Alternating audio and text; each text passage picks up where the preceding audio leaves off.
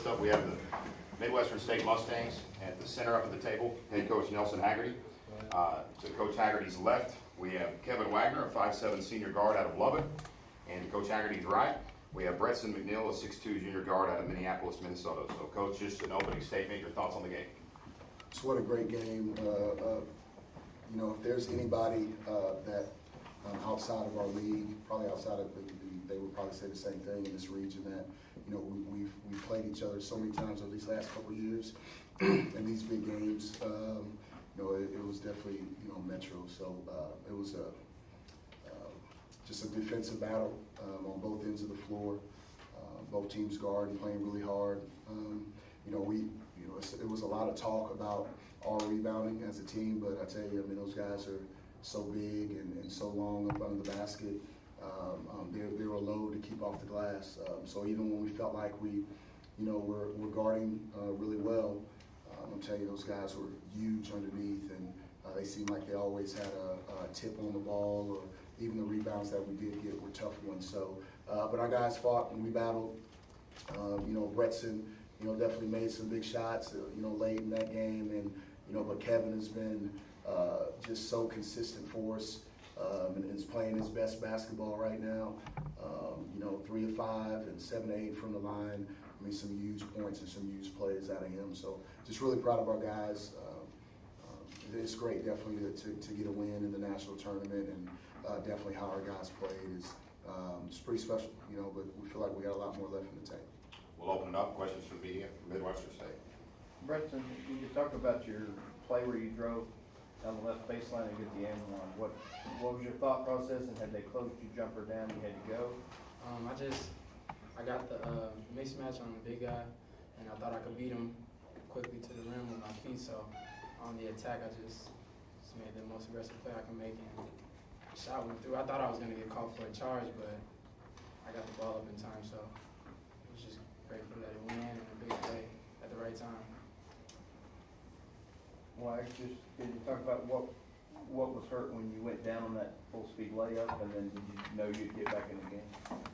It's just my knee. I deal with it. I've been dealing with it for like 3 years. I knew I was gonna be able to come back. I just had to get up and will myself on my play.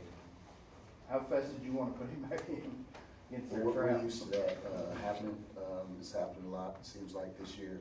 But he's so tough. You know, he's to me, he's one of the great stories in Division II. I mean, a guy that's battled through the surgeries that he's had with his knee, and already being undersized, for him to be able to lead his team this year the way he has.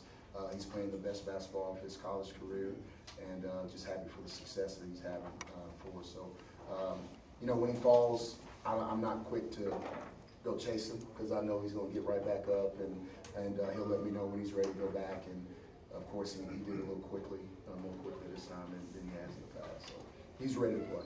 Coach, you guys hold an Army player that Mitch McCarron scoreless for the first time in the first half of this season. What do you guys credit to your defense on him in the first half especially? Well, you know, those guys have been so consistent for their team. You know, when you have two guys that score 20 a game, and you know, and Mitch and Kay, I mean, those guys bring it every night. It's not like they, you know, score, you know, 30 and then they have another game of 10. Those guys are consistently 20 points every night. So, you know, our wings, as far as Darrell Gibbs and Herschel Grant, you know, they're really athletic and have some good length and good size, and they take pride in defending. And, you know, any guy that we've asked them to defend, whether it's a point or a four-man, they've been able to step up to the challenge. So, you know, we felt good about being able to put those kind of guys on. And then, you know, our forwards, the way they set ball screens, our forwards have to do a great job of keeping McCarron out of the paint.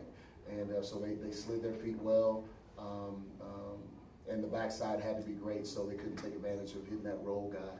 So, of course, it's a team effort, but, you know, definitely Darrell Gibbs and Herschel Grant get a lot of credit. You talked a little bit about what Metro scorers get some attention, but they're trapped. It's kind of the signature thing to me, and that what having to deal with that possession after possession, and what y'all needed to do to finally start scoring. Oh, you just have to have poise. You can't speed yourself up. You got to play your game no matter what they throw at you. So you just have to be solid with the basketball. And if push comes to shove, I'll just run as fast as I can. Coach, the last 2 years it was Metro State that ended you guys' season last year, and the regional final year before that, and the second round. What was key in this game? What was the difference outside the other than last year? What was the key this year? Well, I think playing them in the first round definitely gave us some opportunity to prepare. We played them in the regional final and the regional semifinal. So, with the different traps that they can, throw at you, they change defenses. They do such a great job of trying to get you out of rhythm offensively. So, I think we had some time to really prepare and play against that, over the week. And I thought our guys did a great job. We only have 11 guys out there on the floor, so in working, the challenge was working what they do and not losing what we do as a team as well. So I thought having that 4 or 5 days was pretty good for our team, honestly. Now, obviously, going into Angelo State tomorrow, they took care of you guys pretty good twice in the regular season. Thank you. What do you have to do to turn that around? Does it help that it is a conference opponent for the second round, so you are a little more familiar with them? Well, that's the one thing is, any team that we would have played tomorrow would have been a conference opponent. So we knew both teams really well. Angelo, a super talented team. We haven't necessarily played well against them both times we played them. You're right. But our guys we feel like we're a better basketball team. And when you get to this time of year, to get to advance to the second round, you have to be playing really good. So we feel good about where we're at. They say it's hard to beat a team 3 times, and you try to use everything that you can to give you guys confidence to go in here and play. But we're ready to go, and I wouldn't go to battle with any other guys, in this region. These guys are battle tested, and we'll be ready to go. Question for Kevin. Especially in the second half when Metro got the lead, you guys were actually pretty poised at the line with Kevin at the free throw line. Can you talk about how you stayed calm under that amount of pressure? You went 7 for 8 total at the free throw line. Because in practice, we have to make a free throw to not run, and that's worse than anything in the world. So that gives you a lot of poise, and when your coaches have confidence in you, it's hard to not have confidence in yourself. So you just got to step up, do your routine, and knock it down. Coach, speaking of free throws, outside of your top 2 guys that shoot above 70% from the line, including Bretson, who shoots 90%, you guys aren't necessarily the best free throw shooting team, but you guys shoot 77% from the free throw line tonight. How important is down the stretch in this tournament to keep that free throw shooting up? It's the difference between winning and losing.